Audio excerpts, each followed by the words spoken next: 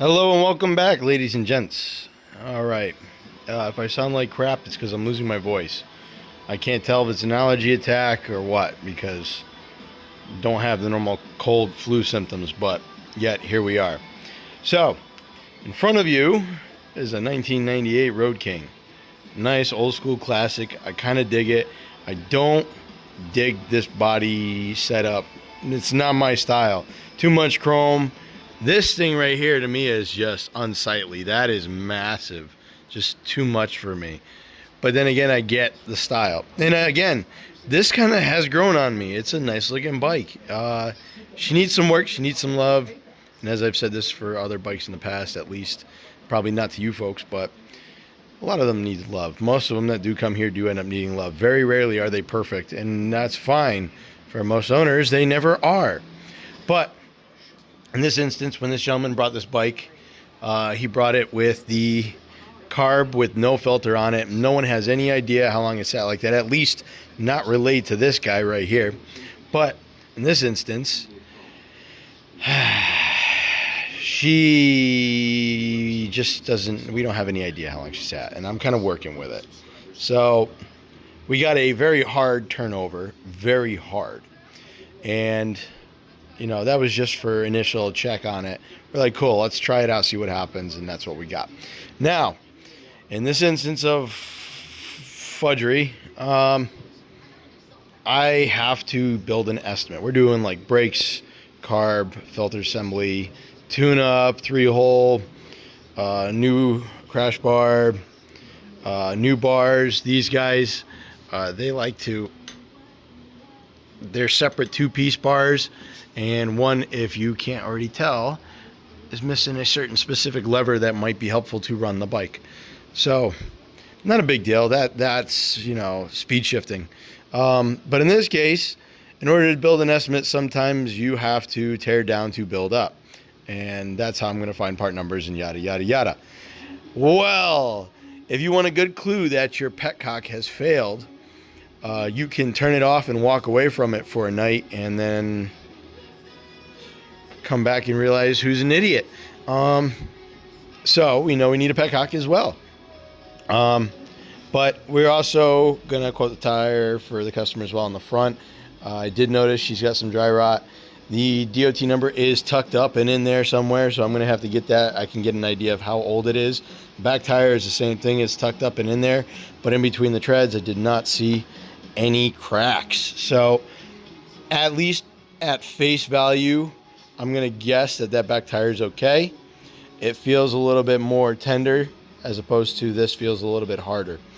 But one big thing that I needed to do, besides taking, like I said, everything apart, was pull one of those spark plugs. You know what, you can count that as, crap, that's an idiot move. But you can count that as, you know, taking it apart. I needed to find out what the spark plug number was, and so therefore I took the spark plug out. And I said, you know what? The bottom of this plug looks kind of funky. She's got some juiciness in there. So I was like, all right, let's check it out. So I take a closer dive in there, and I was like, bro, no, why? And then it gets worse as it goes down. So we're in a situation right now when I'm looking at this bike, and she looks great, but we got to wonder what it's worth and what it will take to get her back to square one where it could be daily ridden and the customer could be happy. I mean, he's happy he got it. He liked whatever he paid for it. I'm not too sure. But honestly, it's not bad. It is, but it isn't. What my hope, my prayer is that this is like the old school mentality. This was built in 98. We're talking turn 2000 over, everything became crap quality. Poor manufacturing, just crappy materials, you name it, it was ass. So I'm hoping and banking on this being one of those last surviving few that was built to take a beating.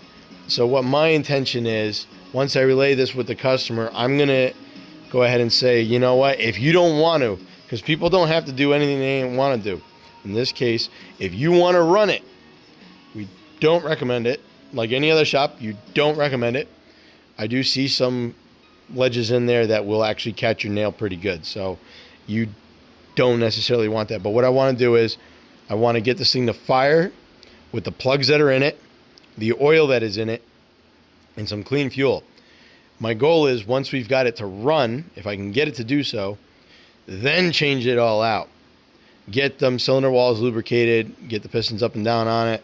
I want to see that working and smoothed out. And then change that. Change it and run it. See what the bottom of this spark plug looks like after an hour to, 50 miles of running her. I don't know if he's going to run her hard. I would probably not run her hard. I haven't even been inside the primary yet. The whole bike has some, flags of I need attention. I need some love. Bro, come look at me. What the hell's going on? I found some water in the bag. This bike's been sitting out here in the air, exposed. I popped this bag open days ago when I put it up on the lift, and it's still full of water. So, one of the other things I'm going to recommend too is a drive belt. That homeboy right there is super, super, super hard. Like, I was like, I don't know. And I went and compared it against others, and I was like, all right, nah, this ain't jiving. So we got our work cut out for us. Oh, and brake cable, she's all ready to be stabby. Has frayed out, has seen its life quite a bit. I think it's ready to go. Not a brake cable. Crap. Clutch cable. So he's got new assemblies. He's got another set of bars that's down there with the crash bar. We're gonna go ahead and build him up the estimate. Hockey puck style front pads, new rotors.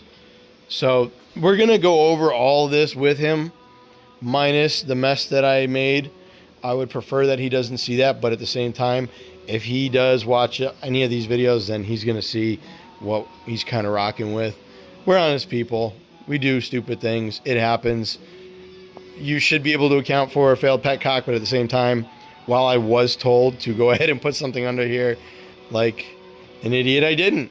I trusted it. So, boo-hoo on me. Yeah, we're going to go ahead and take a crack at it. Today is Friday. Happy Halloween. Halloween of 2025. And in this case, I'll put this bad boy up, and we'll go ahead and see what the customer says.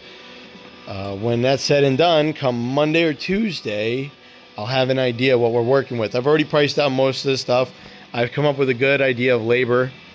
A couple different variants of, you want to do external wiring, internal wiring. The new bars are a little bit edgy and angular, so I'm a little hesitant on running it, but it is possible. Just not fun. And I don't see a lot of extensions in there either.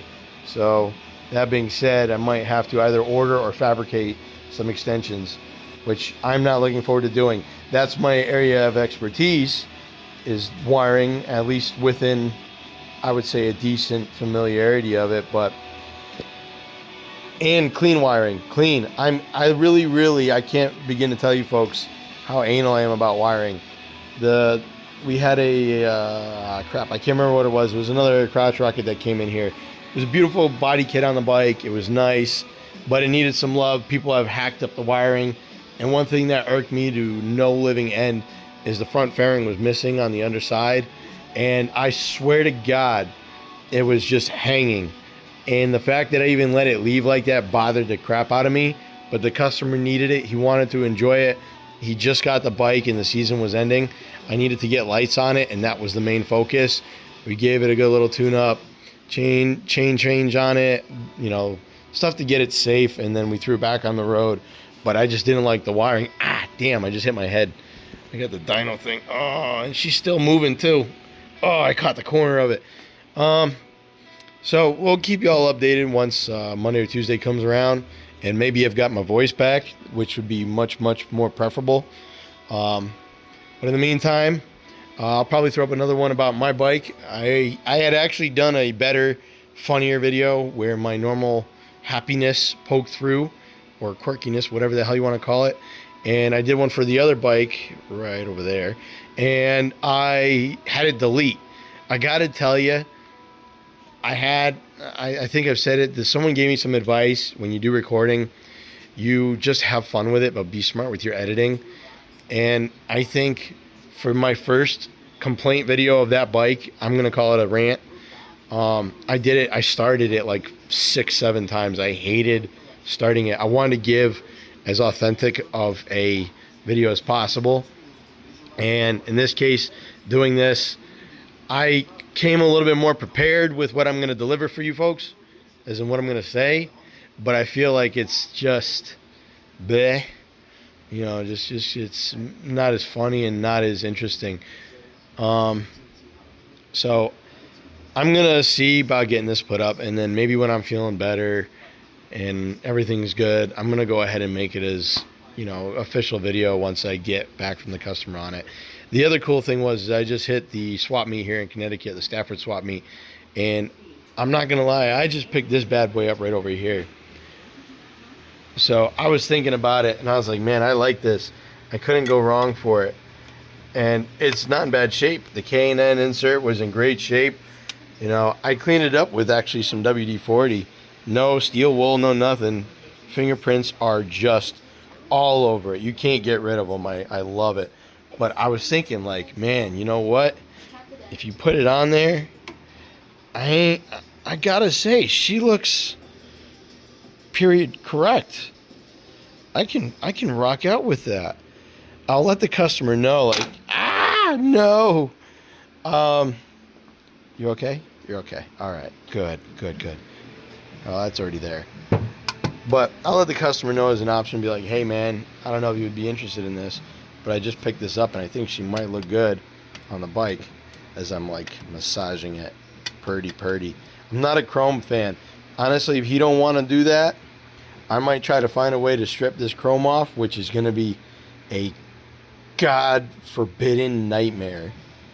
And I'm going to try to go ahead and do wrinkle black on the exterior and on the inlet, and then cut it off in there somehow, if that's possible. I could be just floating on the moon, but yeah, that's the idea.